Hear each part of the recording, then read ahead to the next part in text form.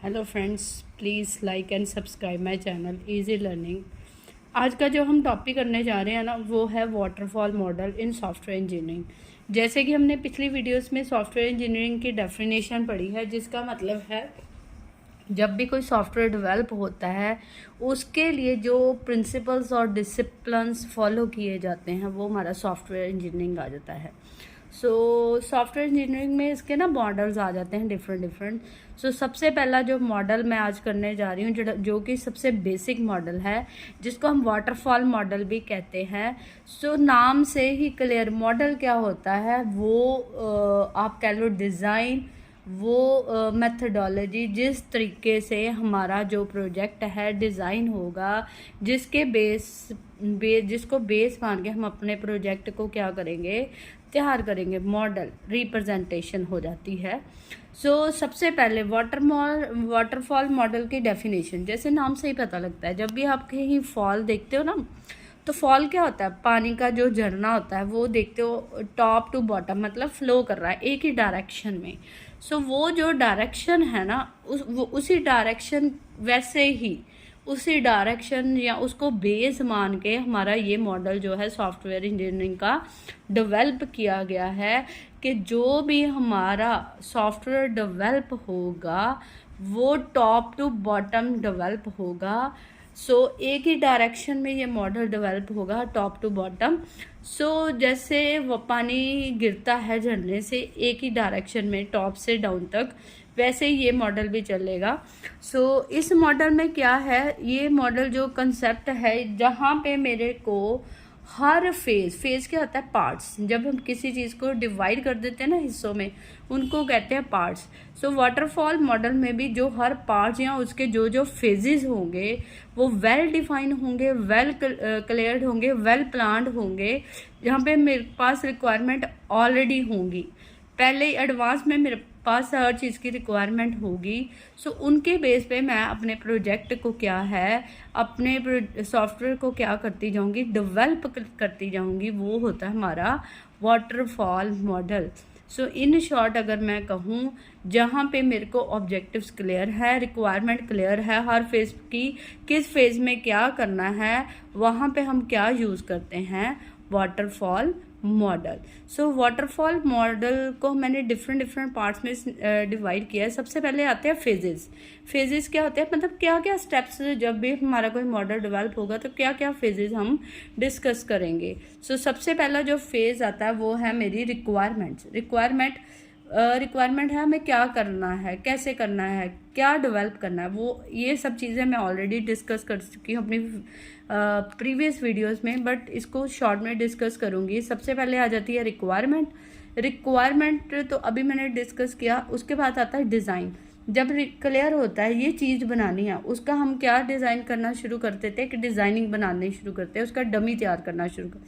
जब मेरे पास वो डिज़ाइन तैयार होता है, उसकी हम रियल में फिज़िकल डेवलपमेंट जैसे कह लो, या फिर उसकी मतलब लॉजिकली उसको डेवलप करना शुरू करते हैं कोई भी प्रोग्रामिंग लैंग्वेज के साथ, उसको बोलते हैं कोडिंग। जब मेरा कोड डेवलप हो जाएगा, उसको हम क्या करते हैं, टेस्ट करते हैं। टेस्ट इसलिए करते हैं, चेक करें कि जो मेरा सॉफ्टवेयर डेवलप हो रहा है उसमें कोई एरर तो नहीं है। उसके बाद जब टेस्ट हो जाता है, उसका आ जाता है मेंटेनेंस आ जाता है। टेस्ट होने के बाद उसको यूज़ में ले आते हैं। यूज़ करने के बाद अगर उसमें कोई टाइम टू टाइम चेंजेस चाहिए तो वो मैं चेंजेस करती जाती हूँ। वो मेरा क्या होता है, मेंटेनेंस। कईयों में ये 5 फेजेस भी हो सकते हैं, 6 भी हो सकते हैं।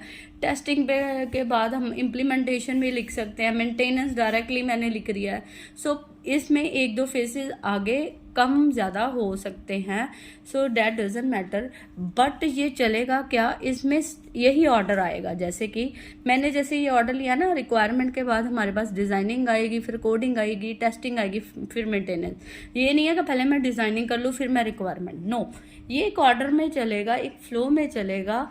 टॉप टू बॉटम चलेगा, इसलिए इसको क्या कहते हैं, वाटरफॉल मॉडल। वाटरफॉल मॉडल की डेफिनेशन तो क्लियर है कि इसमें ऑर्डर फॉलो होता है स्ट्रिक्टली।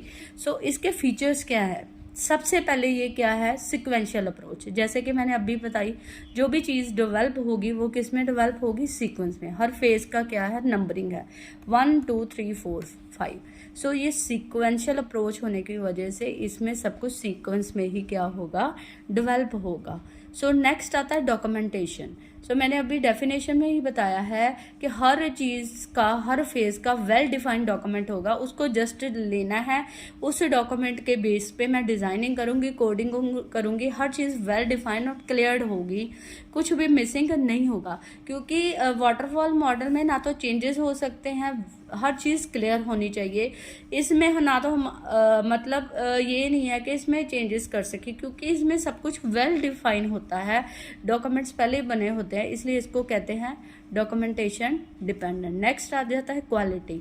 सो वाटरफॉल मॉडल का यही मेन फीचर है कि जो भी है सब कुछ क्लियर है, इसमें एरर के चांसेस नहीं हैं, इसमें हम चेंजेस नहीं कर सकते, ना तो हम पीछे जा सकते हैं। सो इसलिए इसको कहते हैं जो भी चीज़ बनेगी वो प्रॉपरली डॉक्यूमेंटेड होगी, तभी हम उसमें काम करना शुरू करेंगे। वेल प्लान्ड होगी तभी उस पर काम करना शुरू करेंगे। जब चीज़ें वेल प्लान्ड होंगी, अच्छी तरह से प्रिपेयर होंगी, सो क्वालिटी आएगी। क्वालिटी का मतलब वो चीज़ विदाउट किसी प्रॉब्लम के स्मूथली चलेगी, उसको कहते हैं, कोई भी एरर नहीं है, उसको कहेंगे क्वालिटी ओरिएंटेड। सो वाटरफॉल मॉडल से जो भी प्रोडक्ट बनेगा वो क्वालिटी ओरिएंटेड होगा। नेक्स्ट होगा प्लान्ड प्रोजेक्ट। अभी जैसे डिस्कस ही किया है कि कोडिंग, रिक्वायरमेंट, डिज़ाइन सब के लिए मेरे पास डॉक्यूमेंटेशन होगी, प्लान्ड होगी, क्या करना है, कैसे करना है, कौन करेगा, सब कुछ पहले ही क्लियर होगा, जस्ट डॉक्यूमेंट को हम फॉलो कर रहे हैं। So everything is planned in waterfall model. Next इसकी एडवांटेजेस क्या है? सिक्वेंशियल ऑर्डर होने की वजह से पता है ये 1 है, ये 2 है, ये 3 है, ये 4 है, इसको अंडरस्टैंड करना क्या है, ईजी है, इसको समझना क्या है, ईजी है। सो नेक्स्ट आता है हर फेज की रिक्वायरमेंट मेरे को क्या है, वेल डिफाइन है। कोई भी हर फेज का ये रिक्वायरमेंट फेज है, ये डिज़ाइनिंग की फाइल है, ये कोडिंग की फाइल है, मतलब हर चीज़ क्लियर है, इसलिए इसको हम कह सकते हैं, इसकी एडवांटेज है कि हर चीज़ क्या है, वेल डिफाइन है। सो नेक्स्ट आ जाता है मॉडल बेस वर्किंग। सो ये जो मॉडल ये जो है ना हमारा एक मॉडल है, मतलब इसमें एक कॉन्सेप्ट फॉलो कर रहे हैं वाटरफॉल। जैसे मैंने बताया ना अभी कि एक ही साइड पे जैसे वाटर फ्लो करता है, उसी के हिसाब से ये भी top to bottom approach follow करता है। सो एक मॉडल फॉलो करता है, एक तरीका फॉलो करता है, एक स्ट्रक्चर फॉलो करता है हमारे प्रोडक्ट को डेवलप करने के लिए। नेक्स्ट पॉइंट इसी से रिलेटेड हो गया, वेल डिफाइंड स्ट्रक्चर। जो इसका स्ट्रक्चर है वो क्या है, वेल डिफाइंड है, गुड फॉर स्मॉल प्रोजेक्ट। जो हमारा वाटरफॉल मॉडल होता है, जो प्रोजेक्ट छोटे समय के लिए होते हैं, उनके लिए हम क्या कर सकते हैं, वाटरफॉल मॉडल को क्या कर सकते हैं, यूज़ कर सकते हैं। नेक्स्ट आ जाती है डिसएडवांटेज। डिसएडवांटेजेस क्या है, टॉप टू बॉटम अप्रोच, मतलब स्ट्रक्चर ही फॉलो कर रहा है, बीच में अलाउड नहीं है कि पहले मैं सेकंड को डेवलप कर लूँ, सेकंड फेज को कर लूँ, पहले मैं डिज़ाइनिंग कर लूँ, उसके बाद मैं रिक्वायरमेंट एनालिसिस करूँगा, नो। सो इसमें क्या है, हर एक चीज़ ऑर्डर में ही करनी पड़ेगी, ये इसकी क्या है, डिसएडवांटेज है। सो टॉप टू मॉडल, या आप कह सकते हो कि बीच के हम जैसे कोडिंग पहले नहीं कर सकते, डिज़ाइनिंग पहले नहीं कर सकते, हमें ऑर्डर ही फॉलो करना पड़ता है। सो इसलिए ये इसकी सबसे बड़ी डिसएडवांटेज है, order have to be follow. Next, difficult to change. जैसे मैंने रिक्वायरमेंट में कर लिया, डिज़ाइन पे हूँ मैं अब, और पुराने वाले में चेंजेस करना इज़ वेरी डिफ़िकल्ट, क्योंकि वेल डिफाइन है। सो चेंजेस इसमें करना बहुत मुश्किल है, हो जाएंगी, बट लेटर स्टेट में उनको मैनेज करना क्या है, डिफ़िकल्ट है। सो ये भी इसकी क्या है, डिसएडवांटेजेस है, difficult to change in difficulty to changes, ठीक है। No overlapping of phases. Overlapping मतलब हर एक फेज दूसरे से अलग है। जैसे रिक्वायरमेंट, जैसे मैंने 5 बॉक्स बनाया तो क्लियर हो रहा है 5 बॉक्स हैं, कोई भी दूसरे के साथ कंबाइंड नहीं हो रहा। सो इसमें ओवरलैपिंग अलाउड नहीं है। अगर कोई भी फेज दूसरे के साथ ओवरलैप करेगा, मिक्स एंड मैच होगा, तो वो हमारा वाटरफॉल मॉडल वहाँ पे काम नहीं करेगा। नेक्स्ट है टाइम कंज्यूमिंग।